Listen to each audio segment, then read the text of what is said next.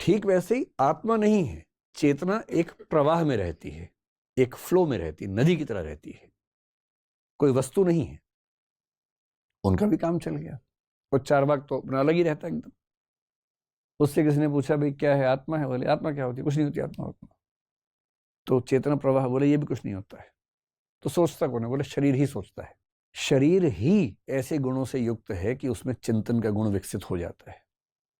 लोगों ने इतना मजाक बनाया, हम भी खूब मजाक बनाते थे उसका पढ़ाई के दिनों में, लेकिन कंप्यूटर के विकास के बाद लगता है कि ये सही ना साबित हो जाए। अगर भौतिक वस्तुओं से बना हुआ कंप्यूटर सोच पा रहा है तो भौतिक शरीर क्यों नहीं सोच सकता?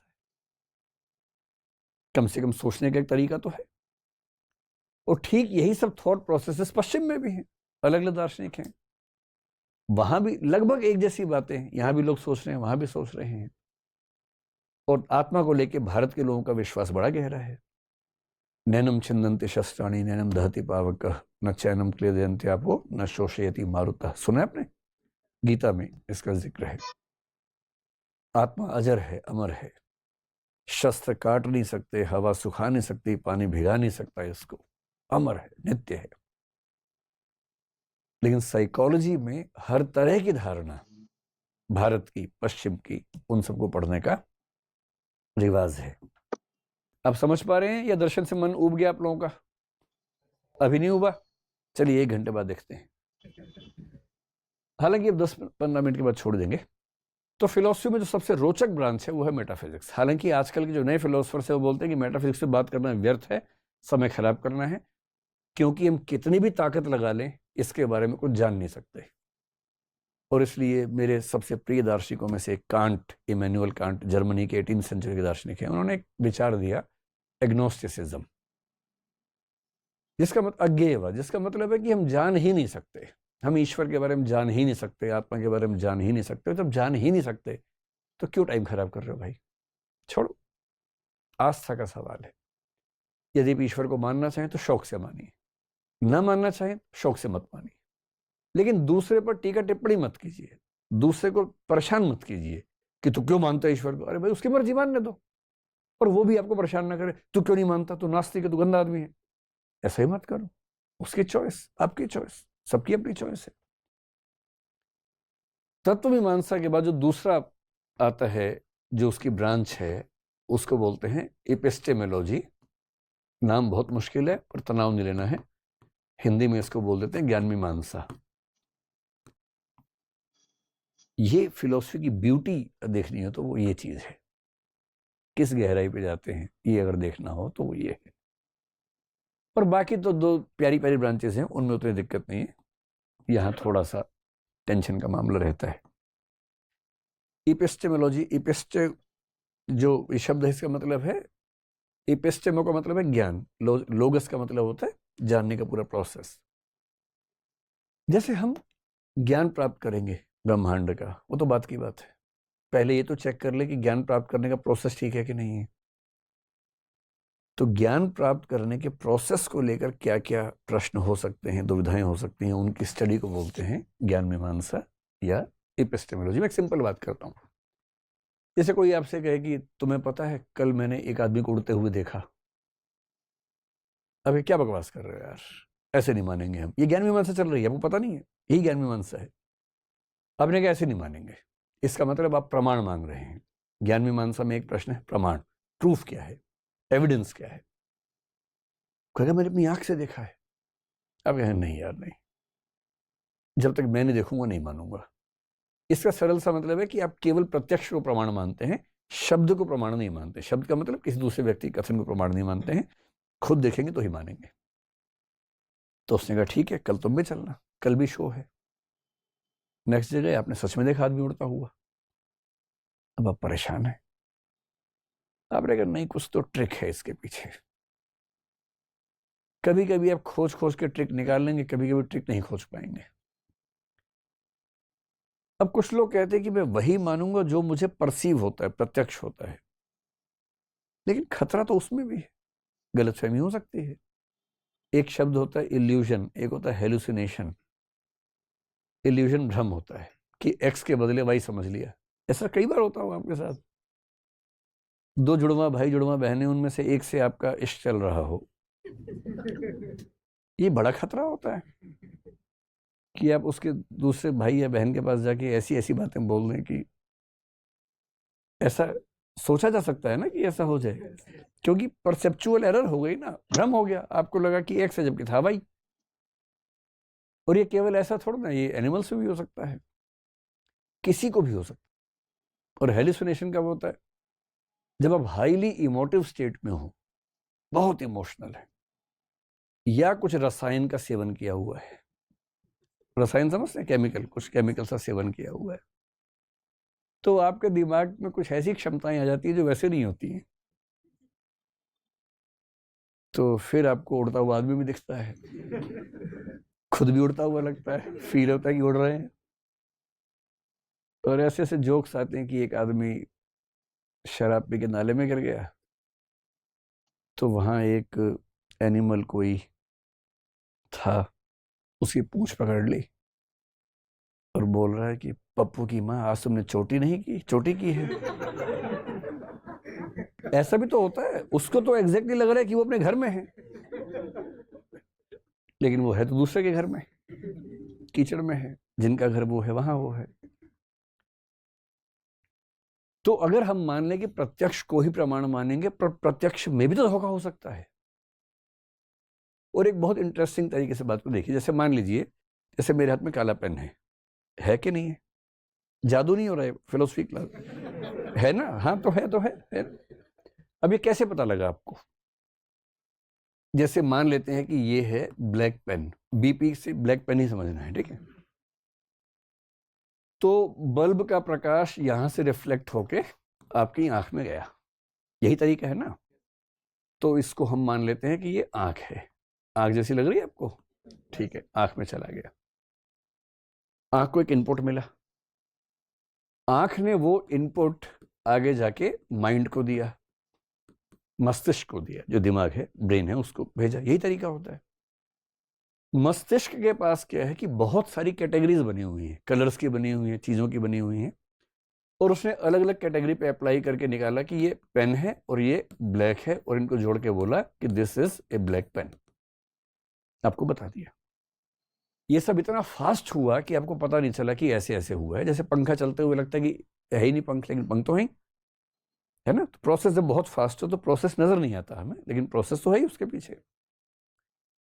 तो जैसे ही मैंने आपको पेन दिखाया, आपके अंदर ये सब कुछ हुआ, इनपुट आया, इनपुट दिमाग के पास गया, दिमाग ने उसका कंक्लूजन निकाला, और आपने उसके बाद कहा काला पेन है। ऐसे ही हुआ। बहुत इंटरेस्टिंग बात है कि इसमें 3 जगह खतरा हो सकता है। पहला, हो सकता है कि ये प्रकाश की किरण एग्जैक्टली वो इंफॉर्मेशन लेके न गई हो जो बाहर थी। आपको केवल बताना है कि ऐसा, मैं ये नहीं कह रहा कि ऐसा होता है, मैं कहना चाह रहा हूं कि ऐसा हो सकता है। आपको ये बताना है कि ऐसा हो सकता है या नहीं हो सकता है। हो सकता है कि प्रकाश की किरण ने उसमें अपनी तरफ से कुछ जोड़ दिया हो या घटा दिया हो, डिस्टॉर्शन कर दिया हो सकता है। फिर ये भी हो सकता है कि आंख ने जो इनपुट लिया और जो आउटपुट भेजा, उसमें आंख ने कुछ चेंज कर दिया हो। हमारी सेंसेस एग्जैक्टली वही आगे भेजेंगी जो उनको मिला था। कैसे मान लें? वरना भ्रम क्यों होते, वरना इल्यूशंस क्यों होते? तीसरा ये भी हो सकता है कि माइंड जो है, माइंड के पास जो कैटेगरीज पहले से बनी हुई हैं, उन कैटेगरीज में कुछ लोचा हो, कुछ गड़बड़ हो, वहां कोई एरर हो जाए निष्कर्ष निकालने में।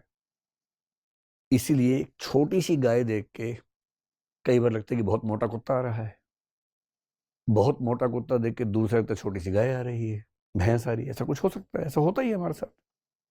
कोई मोटा सा गधा हो, मान लीजिए, दूर से आ रहा हो, तो आप तो बर्तन ले लेंगे हाथ में कि गाय है तो दूध लेके आऊंगा। ऐसा हो सकता है, क्योंकि भ्रम इसीलिए तो होता है ना कि या तो यहां गड़बड़ हुई, या यहां हुई, या यहां हुई। अगर इस बात को मान ले तो इसका मतलब यह हुआ कि आप जो कुछ भी देखते हैं उसमें कोई गारंटी नहीं है कि वो सही ही हो। तो फिर कैसे मान लें कि आपने जो ज्ञान प्राप्त किया वो सही है? और फिलोसफी तो इस लेवल पर जाके बात करता है, साइंस उस लेवल पर बात नहीं करता। साइंस का एक सिस्टम बना हुआ है, फिलोसफी उस सिस्टम के भी पीछे चला जाता है। ये साइंस पूरा इस बात पे टिका है कि दुनिया में कार्य कारण नियम काम करता है, कॉजेशन प्रिंसिपल काम करता है। हर कार्य का एक कारण होता है। ये प्रिंसिपल साइंस के लिए एक्सियोम है। एक्सियोम का मतलब एक मूलभूत निष्कर्ष है जिस पे कोई सवाल नहीं खड़ा किया जा सकता। फिलोसफी इस पे भी सवाल खड़ा करता है कि कैसे मान लें कि कार्य कारण नियम एग्जिस्ट करता ही करता है। और इस पर तो कुछ लोगों ने इतने, मतलब भारत में न्याय दर्शन ने इस पर खूब काम किया, कई दर्शनों ने काम किया, बौद्ध ने बहुत काम किया, पश्चिम में ह्यूम नाम के दार्शनिक ने सवाल खड़ा कर दिया इस पे। उसने कहा हर कार्य के पीछे कारण होता है, ये सिर्फ एक इंडक्टिव आर्गुमेंट है जिसकी लेजिटिमेसी इतनी ही है जैसे आपने 100 कबूतर देखे काले से, आपने कहा कबूतर काला होता है। जिस दिन एक सफेद दिखेगा सब बर्बाद हो जाएगा। इतनी ही लेजिटिमेसी है कारणता नियम की भी। ये जो सारे प्रश्न हैं कि हम जो जानते हैं, कैसे जानते हैं, कितना जानते हैं, प्रूफ है, एविडेंस है कि नहीं है, बुद्धि की भूमिका कितनी है, यानी माइंड की भूमिका कितनी है, रीजनिंग की कितनी भूमिका है, कितना परसेप्शन या प्रत्यक्ष की भूमिका है, इनकी मिक्सिंग कैसे होती है, भ्रम क्यों होता है, इल्यूजन क्यों होता है, हेलुसिनेशंस क्यों होते हैं, हमारे निष्कर्ष गलत क्यों निकलते हैं, रीजनिंग में गलतियां कब होती हैं, लॉजिक में फेलिसिस कब होती हैं, कौन सी त्रुटियों से हमारे समाज या व्यक्तियों के फैसले गलत हो जाते हैं, इस पूरी ब्रांच ऑफ नॉलेज को बोलते हैं एपिस्टेमोलॉजी। इस पर हम बहुत बात नहीं करेंगे क्योंकि एकेडमिक ज़्यादा है, आम आदमी की रुचियों वाला मामला इसमें थोड़ा सा कम है। इसके बाद एक छोटी सी बात और है, उसके बाद आप आज तो फ्री हो जाएंगे, अगली बार जब गिरफ्तारी होगी होगी। तो एक हो गया मेटाफिजिक्स, एक हो गया एपिस्टेमोलॉजी। जो तीसरी ब्रांच है उसके लिए एक शब्द चलता है एक्सियोलॉजी, लेकिन हम दो शब्दों पर गौर करेंगे। एक्सियोलॉजी को हिंदी में बोलते हैं मूल्य मीमांसा। मूल्यों के बारे में बात करते हैं, वैल्यूज के बारे में। इसके दो ब्रांचेस बेसिकली चलती हैं। एक इथिक्स है, आपने इसका नाम सुना होगा, ये तो आईएएस के सिलेबस में भी आ गया है। और एक होता है एस्थेटिक्स। आप कम से कम कुछ ऐसे प्रश्न सुनेंगे तो आप समझेंगे अरे बाप रे, ये बात तो कब से हमारे दिमाग में चल रही थी। एथिक्स है नीति शास्त्र, एस्थेटिक्स होता है सौंदर्य शास्त्र, सुंदरता का अध्ययन। तो एथिक्स का मतलब ये है कि क्या नैतिक है, क्या अनैतिक है, कौन से नैतिक नियम ठीक हैं, कौन से नियम गलत हैं, क्या नैतिक मूल्य समय के साथ बदलने चाहिए, मॉरल वैल्यूज चेंज होनी चाहिए या नहीं होनी चाहिए। झूठ बोलना पाप है, पर किसी को बचाने के लिए झूठ बोलें तो तब तो पुण्य हो जाता है। क्या नैतिक नियम इतने फ्लेक्सिबल होने चाहिए या उनको रिजिड होना चाहिए। ये सब जो प्रश्न हैं ये इथिक्स के सवाल है। जीवन का उद्देश्य क्या है, क्या उद्देश्य पैसा है, पावर है, यही सब है, या उससे बड़ा कोई उद्देश्य है। सबसे बड़ा पर्पस ऑफ लाइफ क्या हो सकता है, ये इथिक्स का सवाल है। शुभ क्या है, what is good in life. ऐसी कौन सी चीजें जो अपने आप में अच्छी हैं, जिनको अच्छा होने के लिए किसी पे डिपेंडेंट नहीं होना है। जैसे पावर अपने आप में अच्छी नहीं, पावर का ठीक यूज करेंगे तो अच्छा है, मिस यूज करेंगे तो बुरी चीज है। क्या ऐसा भी कुछ है जो अपने आप में अच्छा है? अगर है तो उसके पीछे हम सबको दौड़ना चाहिए, उसकी कोशिश करनी चाहिए। ये सारी चीजें एथिक्स की दुनिया में पढ़ी जाती हैं। एस्थेटिक्स में एक सबसे गहरा सवाल आपने सुना ही होगा। आप सुनते होंगे कि सुंदरता तो देखने वाले की आंख में होती है ना। Beauty lies in the eyes of the beholder, ये बड़ा प्रसिद्ध कथन है। तो किसी को देख के आपको लगा वो बहुत सुंदर है, और फिर किसी ने कहा ये, और आपने कहा यार beauty lies in the beholder's eyes. इससे चलता है, आप लोगों की उम्र में ये हार्मोन ज्यादा होते हैं इस तरह के, तो ये बातें ज्यादा होती हैं इस उम्र में। लेकिन बड़ा मुश्किल है ना। इसको बोलते हैं सब्जेक्टिविस्टिक एस्थेटिक्स या एस्थेटिक सब्जेक्टिविज्म, कि हर व्यक्ति अपनी नज़र से सुंदरता को समझता है। अगर सुंदरता आपकी आंख में थी ही तो उसको देखने की जरूरत क्या थी। आंख में लिए लिए घूमते रहते, तब तो कुछ नहीं हो रहा था बिना उसको देखे। इसलिए कुछ लोग बोलते हैं नहीं, सुंदरता आंख में नहीं होती, सुंदरता उस व्यक्ति या वस्तु में है जिसको देख के आपका दिल या दिमाग कहता है कि वो सुंदर है। इसको एस्थेटिक्स का ऑब्जेक्टिविज्म कहते हैं। एक तीसरा है एस्थेटिक्स का कल्चरलिज्म। कहते कुछ सुंदर है या नहीं ये उस कल्चर से तय होगा जिस कल्चर में आप पैदा हुए हैं। वो कल्चर आपको ये देखना सिखाएगी कि क्या सुंदर है, क्या असुंदर है। फ्रांस के आदमी के लिए एक 50-55 साल की महिला जो स्कर्ट पहनती है सुंदर है और सुशील, सुंदर सब कुछ है। भारत के इंसान के लिए शायद वो साड़ी हो जाएगी, क्योंकि हमने अपने कल्चर में साड़ी को एक अच्छी ड्रेस के रूप में देखा है। नॉर्थ ईस्ट के देशों, ये जो मिडिल ईस्ट के देश हैं, उनके लिए शायद कोई हिजाब या बुर्के वाली जो महिला होगी वो सुंदर मानी जाएगी। तो सुंदरता ना वस्तु में है, ना देखने वाले की आंख में है। देखने वाले की आंख में है भी, तो देखने वाले की आंख भी अपनी आंख छोड़ना होती है, कल्चर ने बनाई है उसकी आंख भी। तो हमारी आंख, हमारा सबसे बड़ी गलतफहमी हमें यह है कि हमारी आंख है। हमारा नजरिया नहीं होता है। हमारे नजरिए में बहुत थोड़ा सा हमारा होता है, और वो बहुत थोड़ा सा जीरो के आसपास ही होता है। मतलब शायद थोड़ा सा जीरो से ऊपर निकल जाए, वरना जीरो के आसपास ही है।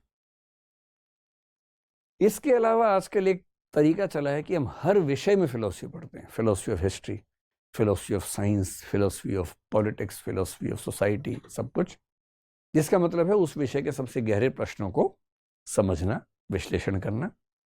जैसे हिस्ट्री पूरी पढ़ने के बाद सबसे मुश्किल प्रश्न है, what is history? This is philosophy of history. इतिहास को डिफाइन कर पाना, इतिहास किस नजरिए से लिखा जाएगा इसको डिफाइन कर पाना, ये फिलॉसफी ऑफ हिस्ट्री है। ऐसी फिलॉसफी ऑफ साइंस होती है, फिलॉसफी ऑफ रिलीजन होता है, हर चीज की फिलॉसफी है।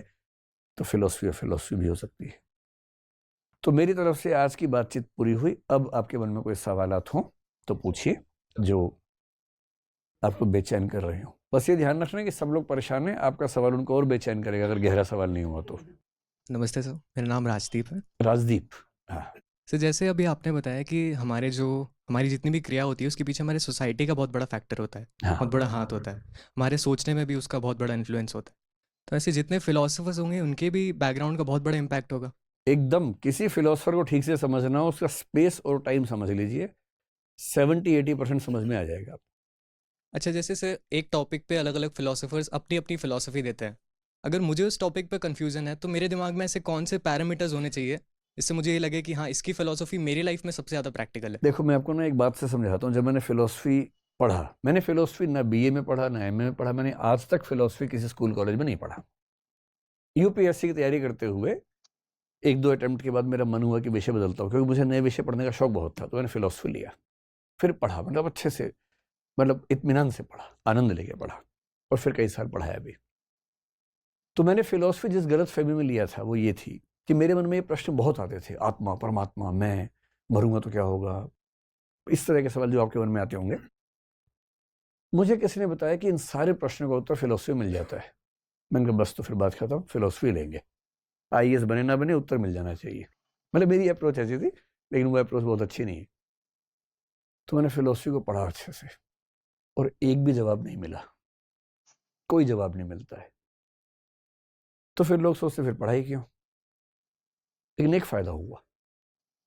पहले क्या था कि मुझे गधा बनाना बड़ा आसान काम था।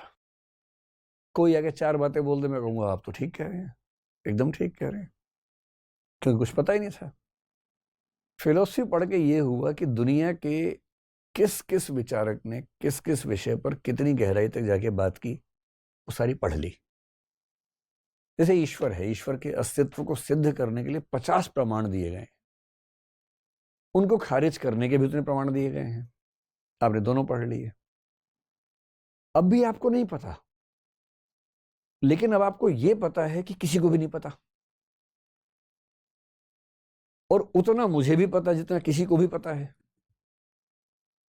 अब कोई मुझे बहकाना चाहेगा तो वो एक तर्क देगा, आप हल्का सा मुस्कुराएंगे, आप कहेंगे तर्क नंबर 37 है, 36 और भी है भाई, मैं बताता हूँ 36 और ले। तो फिलॉसफी पढ़ने के बाद एनलाइटेंड इग्नोरेंस होती है, उसके पहले इग्नोरेंस है। फिलॉसफी पढ़ के एनलाइटेंड इग्नोरेंस है, प्रबुद्ध अज्ञान है। जानता मैं अब भी नहीं हूं, जानता मैं तब भी नहीं था, पर अब मैं ये जानता हूं कि लोग कितना जानते हैं, और जितना कोई भी जानता है उतना मैं भी जानता हूं। इसलिए मुझे दबाव में आने की जरूरत नहीं है। इसलिए फिलॉसफी पढ़ने का मजा है कि कम से कम आपको ये पता हो कि दुनिया में भाई, ये जो पिछले 370 करोड़ साल की परंपरा है जीवन की, और चिंतन की परंपरा ले दे के 5000 साल की है। इस 5000 साल में कितने लोगों ने गहरा सोचा, हमें सारा क्यों नहीं पता होना चाहिए? एक किताब पढ़ने का मतलब पता क्या है? आपके 3 दिन लगे। उस व्यक्ति ने 30-40 साल के अनुभव से, ज्ञान से, रिसर्च से एक किताब लिखी। आपने 3 दिन में पढ़ ली। आप 3 दिन में 40 साल ज्यादा मैच्योर हो गए, वरना खुद पत्थर से पत्थर भिड़ा के चिंगारी निकालते रहते। कब तक निकालते भाई? इसलिए एक एक किताब पढ़ना आपको कई साल ज्यादा मैच्योर बनाता है। बूढ़ा नहीं बनाता है, समझदार बनाता है, कई साल ज्यादा समझदार बनाता है। यही फिलॉसफी के साथ है, साइंस के साथ भी है। साइंस में लेटेस्ट रिसर्च किसी भी विषय में तो पढ़िए, उसको कितना मजा आता है। पता लगता है कि ह्यूमन बीइंग कहाँ तक सोच पा रही है, अब हम लेटेस्ट कहाँ तक पहुंच गए। मतलब मैं तो उन लोगों में हूँ जिनके लिए सबसे बड़ा सुख पढ़ना लिखना है। अगर आपका भी है तो आप भी पढ़िए। जो फिलॉसफी है ना, ज्ञान से मोहब्बत, मैं तो उस तरह की बीमारी मुझे है। आपको है तो आप भी एंजॉय कीजिए उसको। ठीक है, नमस्ते सर। नमस्ते। क्या नाम है सर मेरा आपका? नाम शिवशंकर शुक्ला है। शिव शंकर। हाँ, जी सर। बताइए। सर मैं ये पूछना चाहता हूँ कि आत्मज्ञान क्या होता है? जैसे होता नहीं है कि कहते हैं कि ऋषि मुनि सब या फिर कोई भी पुरुष चला गया हिमालय पर्वत पे, एकांत में जाके बैठा हुआ है, फिर उसको अचानक ऐसा ज्ञान प्राप्त हुआ कि वो एकदम बाबा बन गया, सब कुछ जानने लग गया। बाबा नहीं बन गया, संत बन जाते हैं भाई वो हाँ, लोग। तो वही सर। आत्मज्ञान का मतलब भारतीय दर्शन में है आत्मा का ज्ञान। अगर आप आत्मा को मानते हैं तो, नहीं मानते तो चेतना का ज्ञान, या ये समझ पाना कि मैं क्या हूं और मैं क्या नहीं हूं। खुद को शरीर समझना, ये आत्मज्ञान का अभाव है। खुद को उस धन संपत्ति सफलताओं से जज करना, ये आत्मज्ञान का अभाव है। आत्मज्ञान का बेसिक मतलब है अपने मूल स्वरूप को जानना। भारतीय दर्शन में मोटे तौर पर इसका मतलब है आत्मा को जान लेना। और जो मैंने आपसे शुरू में कहा था कि जो बुद्ध को, महावीर को, शंकराचार्य को, गुरु नानक को ज्ञान प्राप्त हुआ, वो आत्मज्ञान का बिंदु है। दरअसल क्या होता है, मैं आपको एक एग्जाम्पल से बात समझाता हूँ आत्मज्ञान के लिए। एक बहुत प्रसिद्ध दार्शनिक हुए नागार्जुन, बौद्ध परंपरा में। होता क्या कि हम लोगों के सोचने के दायरे बंधे हुए हैं, जिसको बोलते हैं बुद्धि की कैटेगरीज हैं, कोटियां हैं। हम उससे बियॉन्ड सोच नहीं सकते। जैसे हम सोच सकते हैं कुछ है, नहीं है और नहीं है, न तो है और न ही नहीं है। हम इस 4 के बियॉन्ड सोच ही नहीं सकते। इसको 4 कोटियां फिलोसफी मानते हैं, और मुख्य रूप से नागार्जुन ने माना, और शंकराचार्य के दर्शन में भी ये बात आती है। चतुष्कोटि इसको बोलते हैं। ये जो आत्मज्ञान है, कहा जाता है कि इन 4 के बियॉन्ड है। और क्योंकि ये 4 के बियॉन्ड है, इसलिए इसको ह्यूमन लैंग्वेज में एक्सप्रेस किया ही नहीं जा सकता। कुछ लोग इसी को मिस्टिकल नॉलेज बोलते हैं, कुछ लोग इसको डिवाइन नॉलेज बोलते हैं। अब क्योंकि मुझे या आपको ये प्राप्त नहीं हुआ, इसलिए हम ये भी नहीं कह सकते किसी को नहीं होता है। कुछ तो होगा जो इतने बड़े बड़े दार्शनिक कह रहे हैं। तो मेरे ख्याल से इन बुद्धि की कैटेगरी से बियॉन्ड कुछ सोच पाना, जहां चीजें मैं और तुम का अंतर ना होता हो, जहां एक ऐसा रियलाइजेशन स्पिरिचुअल दुनिया का जो हाईएस्ट पॉइंट ऑफ अंडरस्टैंडिंग हो सकता है, कुछ वैसा। एक दिन डिस्कस करेंगे मिस्टिकल एक्सपीरियंस में। उस दिन आपको कुछ जो मिस्टिकल लोग हैं, रहस्यात्मक लोग हैं, उनके अनुभव बताऊंगा। आप मतलब घबरा जाएंगे कि लोगों ने किस किस तरह के अनुभव किए हैं दुनिया में। बहुत गहरे अनुभव होते हैं, पर क्योंकि मुझे हुआ नहीं इसलिए मैं एग्जैक्टली बता नहीं सकता। अच्छा, जिनको हुआ है उन्होंने भी ये कहा कि ये ऐसा ज्ञान है कि बताया नहीं जा सकता। जैसे कबीर दास ने कहा गूंगे का गुड़ है ये, कि गूंगा आदमी है, गुड़ खा लिया, बताना चाह रहा है, बता ही नहीं सकता। अब मैंने क्लास में एक एग्जाम्पल दिया, एक बच्चा बोला तो लिख के बता देते। ये बात लिखने बोलने की नहीं है। भाषा काम ही नहीं करती उस बिंदु पर। भाषा के बियॉन्ड बात है, क्योंकि भाषा बनती है सामान्य व्यक्तियों के अनुभवों से, और एक ऐसा असाधारण अनुभव जो सामान्य जीवन में है ही नहीं, तो भाषा में शब्द कैसे बनेगा उसके लिए? इसलिए शब्द है ही नहीं। इसलिए रहीम ने इतनी गहरी बात कही, रहीमन बात अगम्य की, कहन सुनन की नाही, जानत हैं सो कहत नहीं, कहत सो जानत नहीं। कि जो अगम्य है ना, उसकी बात कहने सुनने की नहीं है। जो जान लेता है कह नहीं सकता, और जो कह रहा है उसके बारे में वो जानता नहीं है। जैसे ही आप उस ज्ञान के बिंदु पर जाएंगे, आपकी भाषा शून्य हो जाएगी और आप चुप हो जाएंगे। इसलिए मिस्टिसिज्म शब्द बना है MUO, म्यूओ से, और म्यूओ का मतलब होता है चुप हो जाना, मौन हो जाना। आप बोल नहीं सकते उसके बारे में कुछ भी। ठीक है? नमस्ते सर, मेरा नाम हिना है जी। और मेरा प्रश्न ये है कि बहुत बार लोग धर्म और अध्यात्म को सेम समझ के चलते हैं। उसके बीच के अंतर को, धर्म और अध्यात्म के बीच के अंतर को समझना कितना ज़रूरी है? देखिए, धर्म और अध्यात्म को वैसे तो इस पर कभी विस्तार में बात करेंगे अलग से, क्योंकि ये अपने आप में एक टॉपिक है, लेकिन समझना हो तो आप यूं समझ सकते हैं कि ये धर्म और ये अध्यात्म है।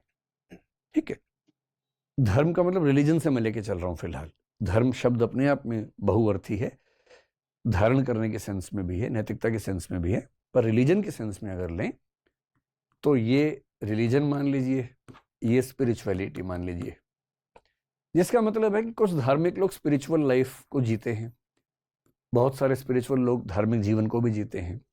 आप धार्मिक होकर स्पिरिचुअल हो सकते हैं, आप बिना धार्मिक हुए भी स्पिरिचुअल हो सकते हैं, आप बिना किसी मजहब को माने स्पिरिचुअल हो सकते हैं। स्पिरिचुअल होने का मतलब क्या है, आज तक तय नहीं हो पाया है, लेकिन सरल भाषा में, हिंदी में इसका बड़ा अच्छा शब्द है अध्यात्म, अधि आत्म। आत्म को समझ लीजिए मैं, अधि मतलब सुपर, बड़ा। अपने आत्म तक सीमित रहने से ज्यादा बेहतर है उससे बड़े के साथ संबद्ध हो जाना। और बड़े के साथ संबंधित होने का सेंस क्या हो सकती है, कुछ लोगों के लिए ईश्वर के साथ कनेक्शन हो जाना अध्यात्म है। लेकिन अब बौद्ध दार्शनिक, जैन दार्शनिक जो ईश्वर को नहीं मानते, उनके लिए क्या अध्यात्म होगा? ईश्वर नहीं है तो उनका अध्यात्म कुछ और होगा, सीधी सी बात है ना। तो बौद्धों के लिए शायद निर्वाण के बिंदु पर पहुंच जाना अध्यात्म होगा, जैन लोगों के लिए शायद कैवल्य के बिंदु पर पहुंचना या केवल ज्ञान के बिंदु पर पहुंचना वो अध्यात्म होगा। और जो लोग मानते ही नहीं कि इस दुनिया के बियॉन्ड कुछ है, इस दुनिया को ही अंतिम मानते हैं, उनके लिए क्या होगा? इस पूरे संसार के साथ एक तादात्म्य स्थापित कर लेना, जिसमें आपको पेड़ पौधों के साथ भी एक लिंक महसूस होने लगे, एनिमल्स के साथ भी लिंक महसूस होने लगे, मैं और तुम का अंतर ना बचे, हर चीज में मैं नजर आने लगे, वो अध्यात्म हो सकता है। ऐसा कई लोगों को होता है। इसको एक्सट्रोवर्टिव मिस्टिसिज्म कहते हैं फिलोसफी में, कि आप मिस्टिकल एक्सपीरियंस के बाद आपको ब्रह्मांड के कण कण में ईश्वर दिखने लगा या मैं दिखने लगा। कुछ का इंट्रोवर्टिव होता है कि आंख बंद कर ली, अपने भीतर ही भीतर उनको सब कुछ नजर आ रहा है, लेकिन बाहर की दुनिया में रियलाइजेशन नहीं हो रहा। तो धर्म आम आदमी के लिए कठिन प्रश्नों के आसान उत्तरों और आस्थाओं का एक संगठन है, सिस्टम है, जो कि बहुत जरूरी भी है। आम आदमी गहरे प्रश्नों में टाइम नहीं खराब कर सकता, उसके पास शायद उतना सोचने का मतलब दमखम भी नहीं है कि वो उतनी गहरी बातों में जाना चाहेगा। तो वो मुश्किल प्रश्न जो हर किसी को परेशान करते हैं, उनके आसान उत्तरों का एक संकलन एक मजहब होता है, एक धर्म होता है, ताकि लोग निश्चिंत रहें। उनको बस पता रहे, किसने पूछा कि कैसे होता है, अरे भगवान जी ने दुनिया बनाई है, कहेगा अच्छा अच्छा, बहुत बढ़िया बहुत बढ़िया। और आत्मा जो है वो अंदर है, कभी नहीं मरोगे। आपने जैसी का आत्मा अमर है, उसका भय खत्म हो गया मौत को लेके। कितनी अच्छी बात है। अब उसको क्या लग रहा है कि अच्छा अच्छा, शरीर वस्त्र है, आत्मा नित्य है, अच्छा तो कपड़े बदलना है, मतलब कि मृत्यु का मतलब क्या हो गया? कपड़े बदलना हो गया, सिर्फ भय खत्म हो गया। तो धर्म जो है, मजहब जो है, वो आम आदमी को सुकून देने का एक रास्ता है, मुश्किल प्रश्नों को आसान करने का एक तरीका है। दर्शन मुश्किल प्रश्नों को मुश्किल के लेवल पे सॉल्व करने का तरीका है, बहुत बुद्धिमत्ता के साथ है। उसमें भावनाओं की, आस्था की भूमिका नहीं है, फेथ नहीं है, इमोशंस नहीं है, बहुत कंक्रीट और मतलब रिगरस रीजनिंग के साथ काम करना पड़ता है। जो अध्यात्म है, अध्यात्म इस पूरे ब्रह्मांड के साथ एक कनेक्शन स्थापित करने का नाम है। वो चाहे प्रकृति के साथ हो, चाहे ईश्वर के साथ हो, चाहे किसी और मेटाफिजिकल एंटिटी के साथ हो। इसलिए धार्मिक होने के लिए आध्यात्मिक होना जरूरी नहीं। कई ऐसे धार्मिक लोग हैं जो अध्यात्म के बिंदु पे कभी नहीं जा पाते हैं, कर्म कांड में ही उलझे रहते हैं। आध्यात्मिक होने के लिए धार्मिक होना जरूरी नहीं है, लेकिन बहुत सारे ऐसे लोग हैं जो दोनों हैं, जैसे स्वामी विवेकानंद हैं, महात्मा गांधी हैं। जितने भी धर्मों के प्रवर्तक हैं, चाहे महावीर हों, चाहे बुद्ध हों, चाहे जीसस हों, पैगंबर हों, ये सब लोग ऐसे हैं कि एक धर्म विशेष से जुड़े हैं और अध्यात्म के बिंदु पर भी पहुंचे हुए हैं। गुरु नानक जैसे स्पिरिचुअल बिंदु पर पहुंचे। तो दोनों कॉम्बिनेशन संभव है। ठीक है, थैंक यू सर। आप लोगों को ये फीलिंग तो नहीं आ रही कि मैं एक बाबा टाइप का कुछ वैसा आ रही है क्या फीलिंग? वैसे नहीं आनी चाहिए एकदम। हम तो ज्ञान विज्ञान की बात करेंगे, लेटेस्ट रिसर्चेस क्या चल रही है। जब हम आत्मा की बात करेंगे, मैं लेटेस्ट न्यूरोलॉजिकल रिसर्च जो चल रही है न्यूरो साइंस में, उसका जिक्र करूंगा। और न्यूरो साइंस सही उत्तर देगी आत्मा के बारे में, चेतना के बारे में। जी नमस्ते सर, मेरा नमस्ते। नाम राजन शर्मा है जी। सर। कभी कभी साधारण लोग भी ऐसी गहरी बातें बोल जाते हैं जिसे लगता है कि इसमें काफ़ी दर्शन छिपा हुआ है, लेकिन उसकी पृष्ठभूमि हम देखते हैं तो लगता है कि ये बात आदमी ये कह नहीं सकता है।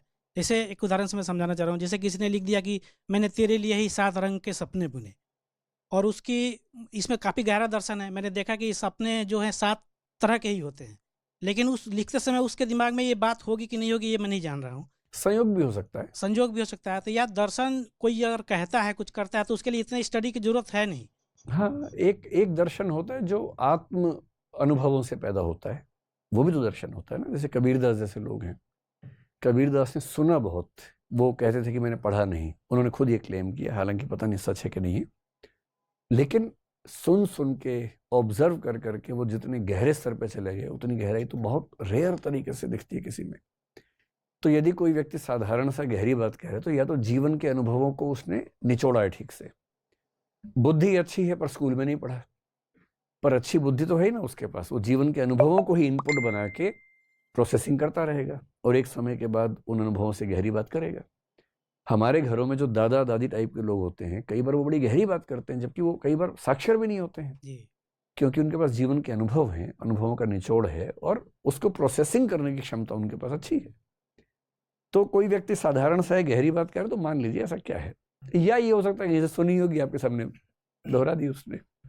ठीक है, नमस्ते सर, जी। मेरा नाम तनु सिंह है। सर मेरा ये क्वेश्चन है कि जनरली जो हम ड्रीम्स का कॉन्सेप्ट पढ़ते हैं कि 7 टाइप के ड्रीम्स होते हैं, और ये भी होता है कि हम जो अपने कॉन्शियस माइंड और सबकॉन्शियस माइंड इन सब में जो चीज़ सोचते हैं या फिर हमने कभी सोची होती है, जो जनरली हमको याद भी नहीं होती है, वो हमारे ड्रीम्स में आती है।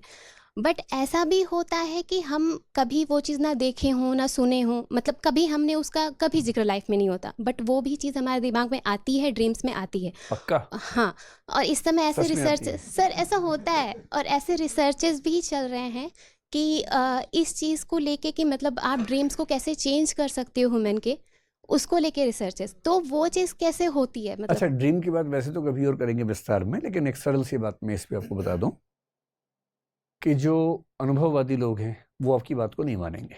जब आप कहते हैं कि ड्रीम में कभी कभी ऐसी बातें आती हैं जो मैंने कभी ना देखी ना सुनी, इसका मतलब इतना है कि आपने कुछ ऐसा देखा सुना था जो आपके अनकॉन्शियस माइंड में है और आपको पता नहीं है।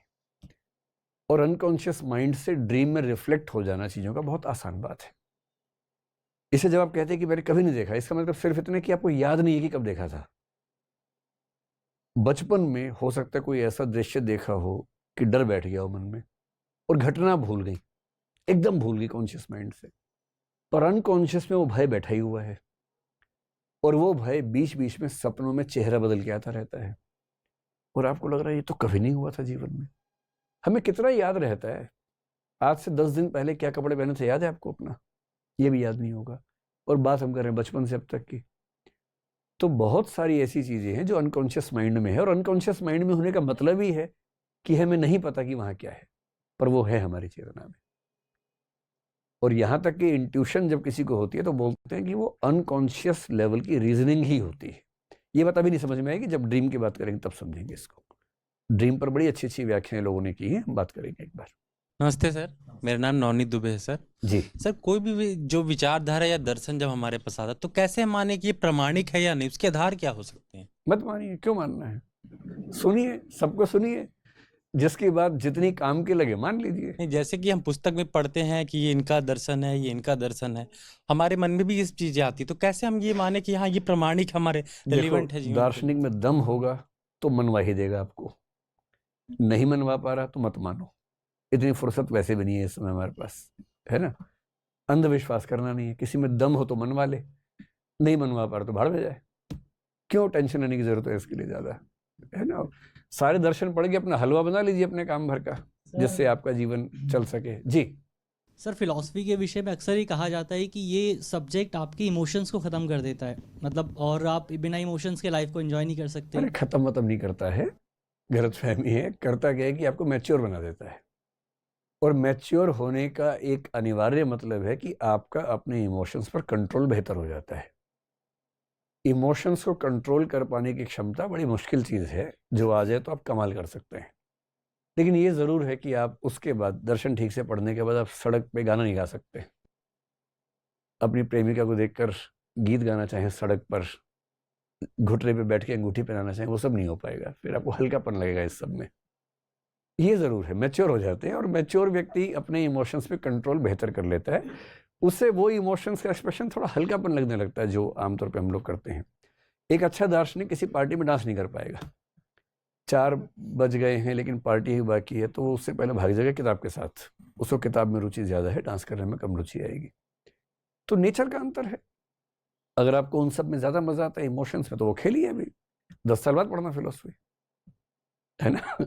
ये बात सही है, फिलोसफी पढ़ने के बाद आपकी इमोशनल इंटेंसिटी, आप नफरत भी नहीं कर पाएंगे किसी शरीक से, ना वैसी मोहब्बत कर पाएंगे कि मैं तेरे लिए गर्दन कटवा लूंगा, मैं तेरे लिए जान दे दूंगा। वो ड्रामा नहीं कर, आपको पता है ड्रामा कर रहे हैं, पहले फील हो जाता है ड्रामा हो रहा है।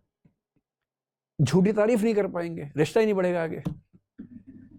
ये है फिलोसफी। सब रिश्ते विश्ते निपटाने के बाद की चीज़ ज़्यादा ठीक है, उसके पहले थोड़ी दिक्कत ज़्यादा हो जाती है, ये ज़रूर है। और सबसे अच्छी बात क्या, फिलोसफी पढ़ने के बाद आप नफरत भी नहीं कर पाएंगे। आपका मन करेगा नफरत करने का, नफरत आएगी नहीं दिमाग के अंदर। जिस पे नफरत होनी चाहिए उस पर दया आएगी आपको, क्योंकि आप उसकी बेचारगी भी समझ पा रहे हैं, बेचारे की। जैसे अभी इमोशन से भरे हुए व्यक्ति को आपको गाली दे, आप 4 से मल्टीप्लाई करके वापस भेजेंगे उसके पास, जितना उसने दिया 4 गुना आपने दे दिया उसको। ये इमोशनल इंटरेक्शन चल रही है। फिलोसफी ठीक से पढ़ लीजिए, फिर कोई गाली देगा, आप सोचेंगे क्यों दे रहा है गाली, फिर सोचेंगे अच्छा इतना भी नहीं समझ पा रहे, गाली नहीं देनी चाहिए, कोई बात नहीं। आप मुस्कुराएंगे, सिर पे हाथ रखेंगे, कोई बात नहीं, कोई बात नहीं, जाओ। गुस्सा ही नहीं रहा आपको, आपको दया आ रही है कि ये बेचारा इतना भी नहीं समझ पाता कि व्यर्थ काम कर रहा है। अब ये डेवलपमेंट है या डिटेरियोरेशन है, ये आपको तय करना है। मेरे ख्याल तो डेवलपमेंट है, लेकिन पहले वो सब कर लो, उसके बाद ये सब कर लेना फिलोसफी वाला काम। हेलो सर, मेरा नाम रवि है। सर, अभी आपने ज्ञान मीमांसाओं पढ़ाया था, उसमें मुझे थोड़ा सा डाउट है। क्या? जैसे आपने इल्यूजन और साइंस को इसमें 2 चीज़ें बताई थी, तो मेरा सवाल ये है, जैसे हमें इल्यूजन हुआ कि वहाँ पर हमारा फ्रेंड खड़ा है, तो वो हमारे पास आया, हम उसके पास गए, क्लियर हो गया वो हमारा दोस्त है या नहीं है। और अगर पास गए ही नहीं तो क्लियर होगा ही नहीं, क्लियर नहीं होगा सर। जिंदगी में भी क्लियर नहीं होगा। हाँ, बट और सर, आप हो सकता है कि नफरत करें कि एक दिन सामने से देखा, इसने बात नहीं की मुझसे। हाँ जिंदगी भर आप नफरत करते रहे, जबकि उठा ही नहीं उस दिन। हाँ ये भी तो हो सकता है। हाँ सर, मेरा प्रश्न ये है, लेकिन जो चीज़ हमें इल्यूजन के थ्रू दिखाई दे रही है, सामने है, हम वहाँ पर गए फिर भी वो चीज़ नहीं है, जैसे कि मरीचिका। ये हेलुसिनेशन है। हेलुसिनेशन का मतलब है जहां कुछ भी नहीं है वहां एक्स दिख रहा है आपको, और इल्यूजन का मतलब है कि एक्स के बदले वाई दिख रहा है। बट सर, वो साइंस के अगर फैक्टर से देखें तो वो चीज़ है। ठीक है, साइंस उसकी व्याख्या कर देता है कि ऐसा क्यों होता है, लेकिन हेलुसिनेशन तो हो ही रहना उसके बाद भी। एक रेगिस्तान में लंबी सड़क पर आप ड्राइव कर रहे हैं, आपको पानी ही पानी हर जगह दिख रहा है और पानी है ही नहीं कहीं, हेलुसिनेशन तो है ही। साइंस ने उसकी व्याख्या कर दी, ये अच्छी बात है, ठीक है, लेकिन कहते उसको हेलुसिनेशन नहीं है। जी सर, मैं रमेश रंजन। फिलॉसफी में ऐसा कहा जाता है कि कुछ भी गलत नहीं होता, सब सही ही होता है। क्या ये सच है कि सब सही ही होता है? किसने कहा है? मैंने सुना नहीं कभी यार, मैंने सुना नहीं ऐसे। इरविन एम कॉपी का मैंने बुक पढ़ा था, तो उसमें बहुत सारे ऐसे एग्जाम्पल दिए हुए थे। नहीं, इरविन एम कॉपी की किताब लॉजिक पे है, वो ज़रूर किसी लॉजिक की बात करते हुए उसमें एग्जाम्पल्स के तौर पे ये बात आई होगी, लेकिन लॉजिक जो है वो स्पेशली फॉर्मल लॉजिक की बात आप कर रहे हैं, कॉपी की किताब का मतलब उससे है। उसमें जो एग्जाम्पल्स होते हैं ना, एग्जाम्पल मैटर नहीं करते। जैसे आपने रीजनिंग के एग्जाम में देखा होगा, सभी गधे कुत्ते हैं, कुछ कुत्ते खरगोश हैं। आप सोचें ये क्या बोल रहे हो यार तुम, क्योंकि वहां आपको ये टेस्ट नहीं करना कि सही है कि गलत है। ये फॉर्मल लॉजिक है, आकारिक तर्कशास्त्र बोलते हैं। इसका मतलब है दिमाग मत लगाओ, सिर्फ ये देखो कि अगर ये बात सही है और ये भी सही है तो ये निष्कर्ष निकालना ठीक है या नहीं। तो मेरे ख्याल से कॉपी की बुक में आपने ऐसा कोई रेफरेंस पढ़ा होगा, लेकिन फिलोसफी में जनरली ऐसा तो कोई नहीं कहता कि कुछ भी गलत नहीं होता है। हर दर्शन कई मान्यताओं को खारिज करता है ना। आखिरी सवाल आप पूछ लीजिए। सर, आजकल जैसे मेटावर्स जैसे कई कॉन्सेप्ट दिए जा रहे हैं, तो फिलॉसफी इसे कैसे समझाती है? मेटावर्स, कुछ दिन पहले मैंने एक इंटरव्यू में ये बात की भी थी। मेटावर्स की बात फिलोसफी में 1000 साल से चल रही है, बस नाम मेटावर्स अब रख दिया इन्होंने, क्या नाम है इनका, जुकरबर्ग ने। देखिए बहुत सिंपल सी बात है फिलोसफी में ना, स्पेशली अगर आप भारत में नागार्जुन की बात सुने, असंग वसुबंधु की बात सुने, ये तीनों बौद्ध दार्शनिक हैं, और शंकराचार्य जो कि अद्वैत वेदांत के दार्शनिक है, उनकी बात सुने। इन तीनों के दर्शन में काफ़ी सिमिलैरिटीज़ हैं। उनका सिंपल सा कहना ये है कि जब हम नींद में होते हैं, सपना देख रहे हैं, उस समय हमें नहीं पता कि हम सपना देख रहे हैं, क्योंकि सपने के समय सपना रियल होता है एकदम। सपने में शेर सामने आ जाए, हमें घबराहट भी होती है, हम भागते भी हैं, दौड़ते भी, सब कुछ करते हैं, और उस समय एकदम एहसास नहीं कि सपना चल रहा है। सपना टूटते ही पता लगता है कि सपना झूठ था। तो शंकराचार्य का सवाल है कि ये जो व्यावहारिक जगत है, ये भी तो एक सपना हो सकता है, और ये तब समझ में आएगा जब इससे बाहर निकलेंगे। नींद और भ्रम की एक ही व्याख्या, स्वप्न और भ्रम की एक ही व्याख्या होती है। और वो कह रहे हैं कि ये जो व्यावहारिक जगत है, ये वाला भ्रम बड़ा भ्रम है, जिंदगी भर चलने वाला भ्रम है। कोई कोई ही इस नींद से बाहर निकलता है, ये सेकंड लेवल की नींद है।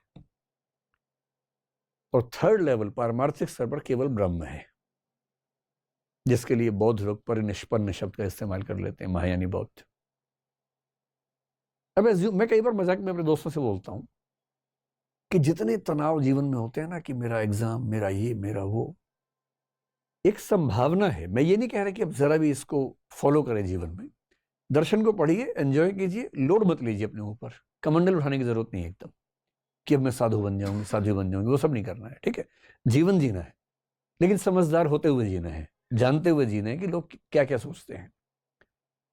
इस बात की लॉजिकल पॉसिबिलिटी सच में है कि ये दुनिया एक वीडियो गेम की तरह हो और हमारा रिमोट किसी और के पास हो। उसने रिमोट से उछाला, आपका छक्का लग गया, अगर वाह मैंने छक्का मारा, सब बधाई दे रहे हैं आपको आसपास, रिमोट किसी और के हाथ में चल रहा है।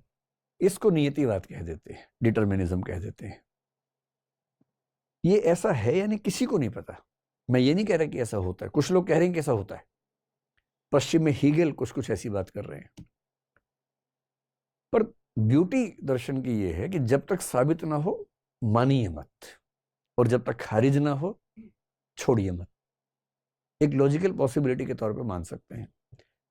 तो अगर ऐसी संभावना है तो ये दुनिया अपने आप में एक मेटावर्स है, कि कुछ रियल लोग हैं, उनके अवतार, एवेटर्स इस दुनिया में, जिनमें से एक मैं भी हूं। मैं किसी का अवतार हूं, आप किसी और की अवतार हो सकती हैं। और हमें इस लेवल पर कभी समझ नहीं आएगा कि ये सब खेल चल रहा है। जैसे हमारे सपने में जितने लोग होते हैं, लड़ते भी हैं आपस में, झगड़ते भी हैं, बात भी करते हैं, उनको समझ में नहीं आता कि ये अनरियल है, क्योंकि वो आपके दिमाग के अंदर का खेल है। ये किसी और के दिमाग के अंदर का खेल हो सकता है। यही बात हीगल ने कही, यही शंकराचार्य ने कही, कई लोगों ने कही है, पर ये साबित नहीं हुआ है। इसलिए निराश नहीं होना कि अरे हम तो वीडियो गेम चल रहा है, ऐसे नहीं। एक पॉसिबिलिटी है, लॉजिकल पॉसिबिलिटी है, हो सकता है, और है तो भी क्या दिक्कत है। वीडियो गेम में ही जीतेंगे हम, वीडियो गेम में ही सफल होकर दिखाएंगे, ये भी तो हो सकता है ना। और ये किसी को दुनिया में नहीं पता, किसी का व्यक्तित्व कैसा भी हो, दाढ़ी कितनी भी लंबी हो, किसी को नहीं पता कि दुनिया की सच्चाई क्या है। और जब तक खारिज ना हो, दुनिया को सच मान के चलिए, एकदम रियल मान के चलिए, और इसको ठीक से एंजॉय कीजिए। क्योंकि जीवन पूरे मतलब लाइकलीहुड है कि एक ही बार होता है, तो उसको क्यों मिस करना किसी भी चीज के लिए। ठीक है, बैठिए, समाप्त किया जाए। आप लोगों का अनुभव दर्दनाक रहा, ठीक रहा? दिमाग की बत्ती जली या जल ही गई? जली। चलिए, धन्यवाद। अब जो ऑडियंस हैं इस वीडियो के, वो लोग अपनी राय इस पे लिख के भेजें। कुछ अगर आपके सवाल हो फिलॉसफी के, वो इस पे लिख के भेजें। और अगर आपको लगता हो कि ये सब पढ़ने से तनाव ज़्यादा है, तो लिख के भेजिए कि इसको खत्म किया जाए, तो हम इसको खत्म कर देंगे। अगर आगे बढ़ना हो तो बढ़ाएंगे। धन्यवाद, बहुत बहुत धन्यवाद आप लोगों का।